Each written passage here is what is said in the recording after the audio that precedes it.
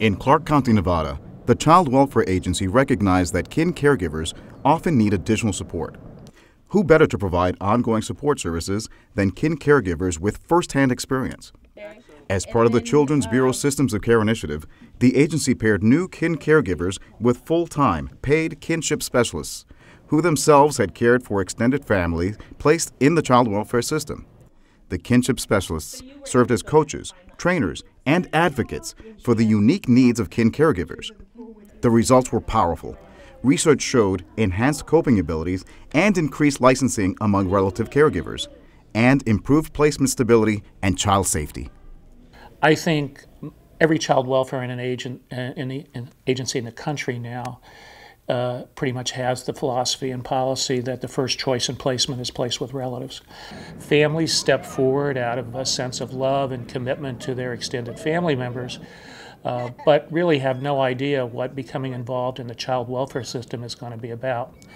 Often they haven't really anticipated and thought about this for very long. Generally, if you think about foster parents, they think about becoming foster parents for about a year before they ever apply. Relatives think about it for about 20 minutes. Yeah, we got smiles. And certainly a central part of this project was Kinship Liaisons, who would support relatives through their transition from extended family to extended family caregivers. If you take into consideration some prominent values and philosophies of child welfare, that children are best served in families, that they need to retain a sense of identity and where they came from, and that if they need to be removed from their home, that first placement needs to be also the last placement until they return to the family if possible, then really it justifies the need for a relative caregiver, and more so that kinship liaison who is going to make sure that that placement is in fact the first, the last, and the best, that they have all the resources that they need, and that child is going to be secure there with that family for the duration of their time with our agency. I am a kinship liaison, or you can call it kinship specialist. I help the relative caregivers get different resources in the community, or help them with the licensing process, or help them to obtain information around our child welfare system and what they need to make it through our processes that we have, to reduce some of the fears that they have of dealing with our system and, you know, what the outcome would be for their families. Having your own experience as a caregiver, you really need to be able to walk in those shoes to really truly understand everything that's going to happen, might happen, and will happen. So unless you've really been there and done that, I think you're kind of cheating the caregiver a little bit, because they need to know these things. They need to know that in the middle of the night, their family member could come knocking on their door saying, hey, I want to see my kids. And I think having firsthand experience with that, I don't think you can duplicate that any other way except for being there and done that.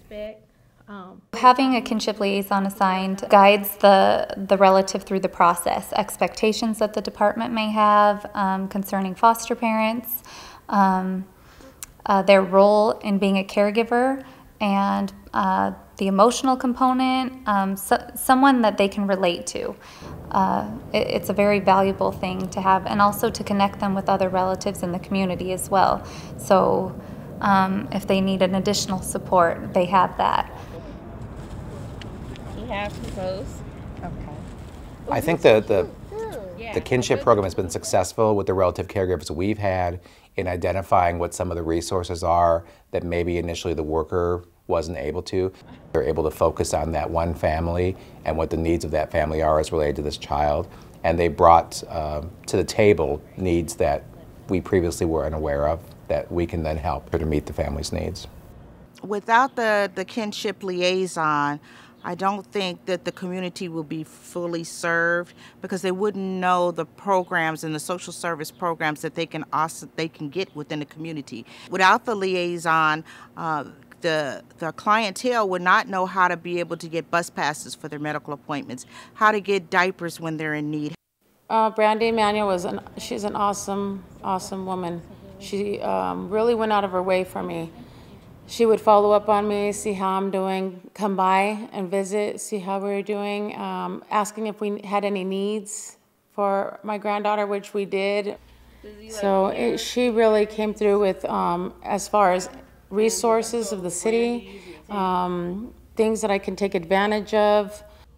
The Kinship Liaison program makes a difference that matters, and the evidence of that is that we've been able to move more relatives to licensure, which has increased our stability of relative placements, that relative caregivers are getting the supports they need, and that there's greater stability in the early phases of this placement.